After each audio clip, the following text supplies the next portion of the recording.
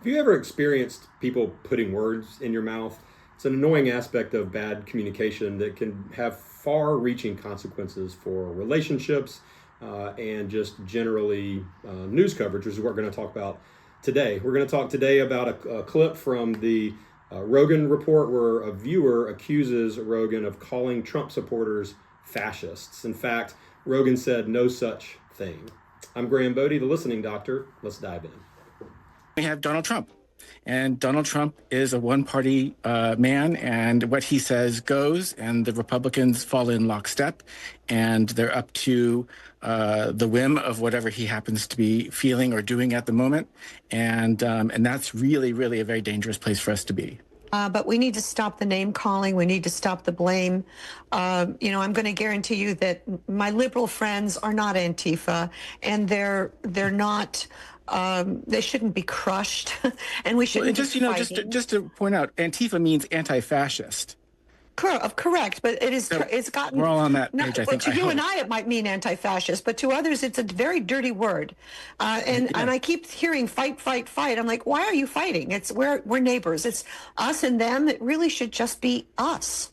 Right. Clearly, the point that they're making in this video, 2 points. One is a critique of Donald Trump and the Republican leadership, and the other is let's stop name calling, particularly name calling from the right to the left. This show is leaning liberal, and the word fascist was used in the context of anti-fascist, and most people saying like, oh, we're all on board of that. No one wants to be a fascist or called a fascist. And so in that context, what you'll see is some viewer responding to that particular part of the clip. Did you hear what they said? All right, here's an email we got from Edward. Just want to tell you, I really don't appreciate having guests on the Roggin Report tonight referring to Trump and his supporters as fascists. We rewatched the complete segment. Nowhere did either guest call Trump and his supporters fascist. They didn't say that, but that didn't stop Edward from demanding an apology. I'm incredibly bothered by this and fully expect you to apologize and issue an apology to all conservatives and Trump supporters. Just because you disagree with us does not make us or Trump evil.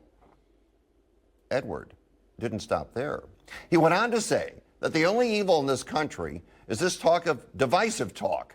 Actually, I can't speak for all conservatives, but I think you owe us an apology, Edward. So interestingly, he's kind of turning the tables and being just as nasty to Edward as Edward was to his guests.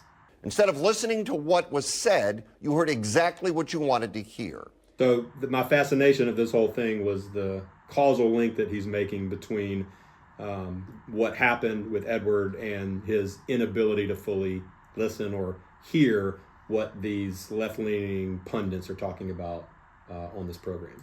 Edward, quite frankly, you are part of the problem, but you can also be part of the solution.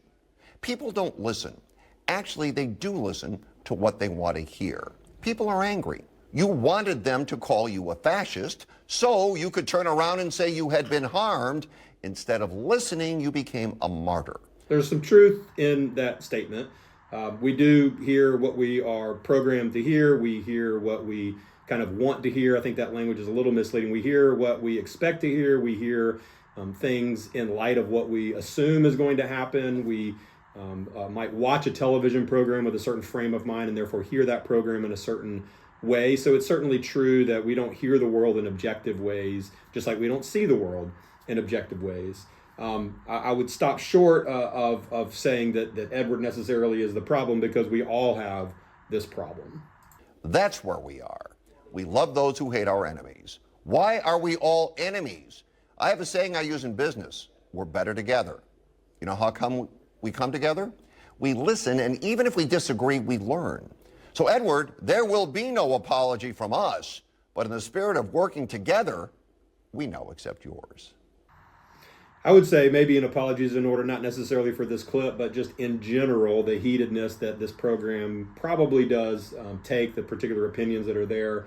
There's maybe a reason that Edward misconstrued some of that program. So, although you might not want to apologize directly for something that was in fact maybe, quote unquote, one-sided, I don't think Edward is wrong in assuming some of the mindset of of people on this program necessarily. Maybe he's seen these people on other programs, or maybe he's seen people like these people in other programs. So it's not sort of against the wildest imagination that someone on this program might call Trump and his supporters a fascist. It's clearly happened, and Edward is hearing that, even if it's not present in this particular clip.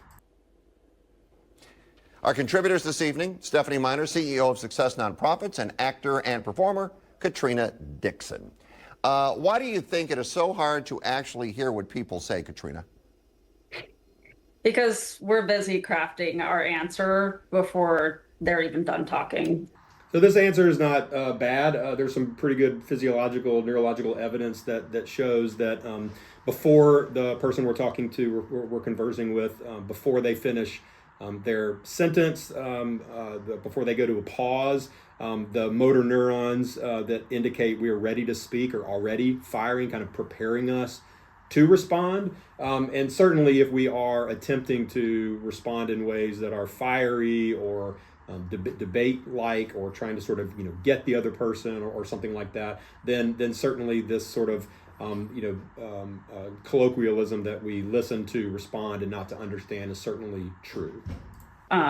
This is a very human thing. We all do it. I do it. You do it. Everybody does it, but we have to actually make the choice to step back and choose to listen rather than be crafting the answer before they even finish. I'd also say it's true that we all do this, and as a result of that, to blame Edward for his inability to fully hear is sort of going against what these individuals are saying, which is let's give Edward a little bit of grace and say, oh, maybe you misheard us, rather than sort of pointing a finger and being a little bit fiery at Edward, sort of